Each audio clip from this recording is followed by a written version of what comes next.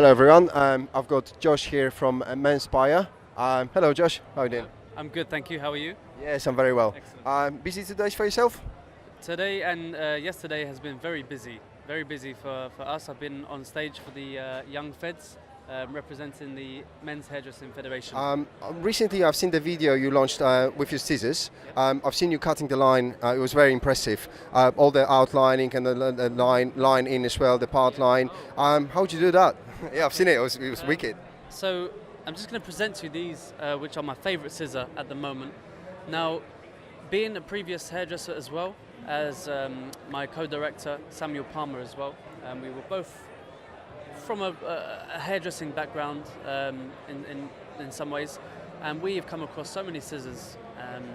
So we felt passionate about creating our own, which we felt, you know what, a privilege to barbering itself. So what we have here is the Manspire 5.5 Precisioners. Now the beauty of the Precisioner is that the thumb bearer is actually beveled backwards. Yep. Now usually on the scissor it's a straight hand. It is, yes. So when it comes to sort of detail work, and again focusing on barbering as a precision-based industry, what we can use and utilize the development of the design is that we can place our thumb in, okay, and rather than having your thumb in the hole, okay, look at my wrist, okay, it's slightly bent. Rather, with this bent backwards, it allows me to refocus my shape, and now I have no strain because my hand and arm are completely straight, okay, and I can still open and close the blade. Now again, working with such precise precision, okay, working with two hands or one hand just underneath, okay, I can adjust my line, okay, whether it's working the neckline through the back or whether it's working the fringe through the top, okay, I'm always keeping a straight wrist and a straight arm, okay, so I'm keeping that muscle nice and relaxed.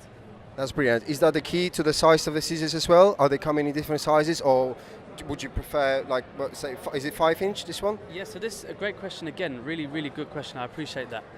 So this is a 5.5. Now, what we have to understand is that how much hair do we tend to take off per time, per snip? It's clean sections, isn't it? So for example, if we look at our fingers, okay, if you bring your finger up, okay, bring them up, okay, we only have that much length, okay, to actually cut, because you're not going to cut through your whole knuckle, okay? So if we have this much length to cut off, okay, we're not going to use a scissor that's that long, because you're only going to be using the ends. Rather, if we focus on a 5.5, we know, okay, that actually we're only going to take off that much. So I've got a blade specific for the actual amount of hair that I'm going to cut off, okay? So there you can see it works, okay? And that's the reason why we use a small scissor. Again, if we're taking the fingers through, you know, maybe through the sides, okay, we're working through the back, okay, we're going to come down, okay, it's easy because we're only going to cut that much length between the hair. Anyway. And a 7-inch scissor is just going to go, and it's going to hurt yourself. Yeah, that's but true. 7-inch scissor we also have as well, or 6.5. 6.5, okay. We also have the 6.5 scissor as well, and what you can see is with this one as well, it's longer, okay, and the purpose of this one is for the scissor over comb. Yeah. Okay, we know that.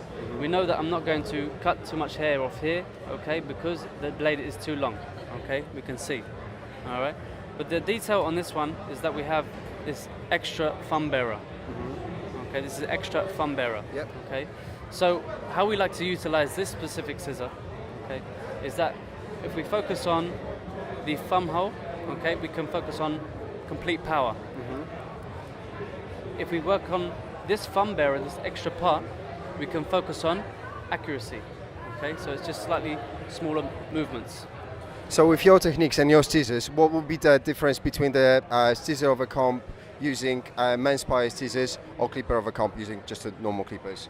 I think based upon, again, using precision as the key word for barbering, with clipper over comb, you know, some of the hairs, they may not even go through the comb, okay? And sometimes the clipper can really make the hair blunt on the edge, okay? Again, with the scissor, because it's so finely balanced, okay, you can get a lot more smoother and softer finish. And I think you'll agree as a previous hairdresser as well, that's most likely the case. That's brilliant. Going back quickly to your educational, if you can tell a bit more for the salon owners or just the normal self-employed barbers or hairdressers, what is the easiest way to reach you guys? So we've got here an education brochure. Now you can contact us at education@manspire.co.uk.